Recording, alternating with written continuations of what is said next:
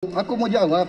Ya, inilah bedanya yang berbicara pakai data, yang berbicara pakai fiksi. Okay? Saya jadi tidak enak ini Mbak hari ini.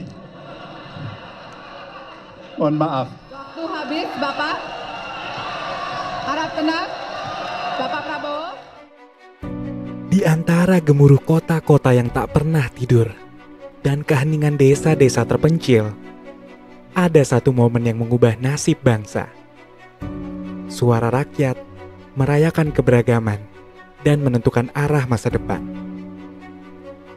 Pemilu, ritual demokrasi yang melebur dalam sejarah. Dari detik-detik tegang hingga ekspresi sukacita, ini adalah perjalanan panjang menuju keputusan rakyat. Di tengah sorotan politik, terdapat para calon yang berkomitmen untuk memimpin negara ini. Namun di balik janji-janji panggung, rupanya ada yang menggait untung.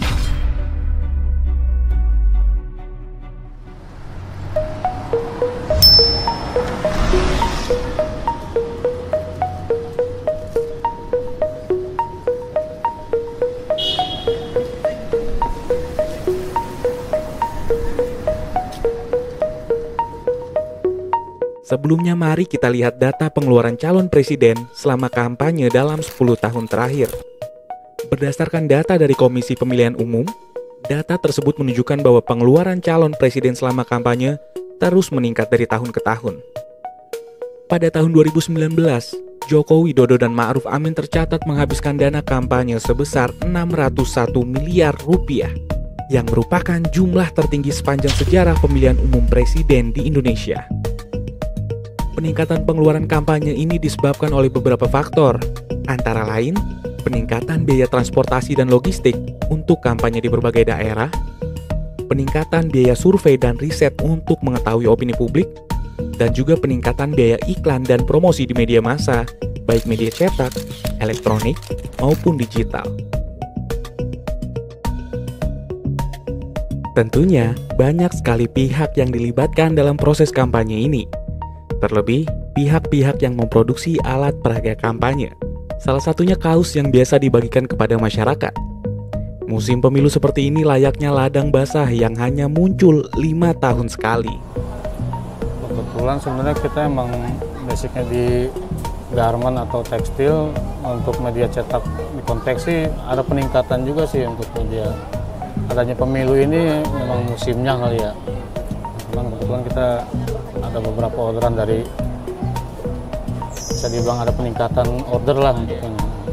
Kalau kita ngomong omset lah gitu, di tahun ini kan lagi banyak-banyaknya pemilu ya. Dari pemilu ini emang kita lagi banyak penuh banget nih. Karena apa? Kita nggak megang cuma satu politik atau beberapa ini. Tuh, jadi kita ini banyak yang kita pegang. Apalagi kita kan megang perusahaan-perusahaan juga kan, jadi nggak handle. Jadi notabene kita dibilang penuh nih di tahun ini karena adanya tambahan politik pemilu gitu. Bisa dibilang 4 sampai 5 kali lipat. Apalagi kan sekalinya order aja kan kita nggak hitungan ribuan lagi, puluhan ribu. Bisa ada kayak kemarin itu Rano Karno bisa 80.000, terus Ganjar for Palestine bisa 100.000 gitu kan. Kita kalau dibilang produksi overload lah. Ada banyak. Kayak sebelumnya kan kita daerah sini itu ada temen sini juga banyak kayak Airin, udah pegangan kita, Banten Wahid tuh. Dan itu daerah kita juga ya. Nah itu maksudnya. Jadi dia itu udah continue lah gitu. Per 5 atau 4 tahun ya gitu. Pada 19 Desember 2023 lalu, kami juga mengirim tim untuk menelusuri kota Jakarta guna mencari tahu apakah alat peraga kampanye sudah dipasang di tempat semestinya dan tidak menyalahi aturan. Pasalnya, regulasi yang mengatur tentang penempatan atau penempelan alat peraga kampanye ini sudah tertuang jelas dalam pasal 70 dan 71 Undang-Undang 7 tahun 2017 tentang pemilu. Hal ini disampaikan anggota KPU, Betty Epsilon Idrus saat hadir sebagai pembicara daring di Rakornas Penguatan Antar Lembaga untuk optimalisasi pengawasan pemilu serentak yang diselenggarakan Bawaslu pada 5 Oktober 2023 lalu. Hasilnya, kami melihat banyaknya pelanggaran yang dilakukan, di mana alat peraga kampanye kerap kali dipasang di sarana dan prasarana publik maupun pepohonan. Pada tanggal 3 Januari, kami pun mendatangi kantor Bawaslu untuk meminta keterangan. Tadi ditanya aja sih untuk keperluannya untuk apa interpretasi pelanggaran ini? Untuk media Pak. Untuk media kita bawa aja nih. Boleh. Masuk Pak. Tunggu ya. Pelanggarannya ini. Iya. Bingung mereka kan. Pelanggarannya kemana gitu Bang?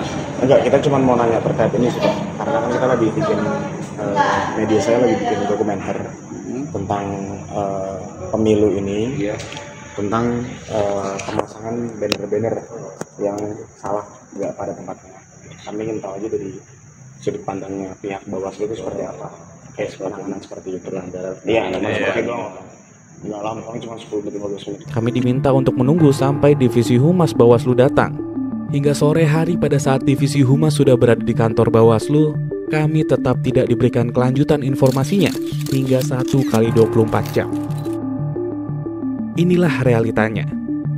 Di samping janji panggung yang menggait untung, kita telah menyaksikan gambaran kecil tentang tantangan yang dihadapi dalam menjaga integritas demokrasi. Pemilu sebagai pilar fundamental dalam sistem demokratis membutuhkan kepercayaan masyarakat untuk berjalan dengan baik. Namun dari sini dapat membuka mata kita bahwa pelanggaran yang kecil pun masih bisa terjadi. Bagaimana dengan pelanggaran yang besar, yang bisa menjadi ancaman serius terhadap proses demokrasi itu sendiri? Tentunya kita memiliki tanggung jawab untuk terus memperjuangkan transparansi, akuntabilitas, dan integritas dalam setiap tahap pemilihan.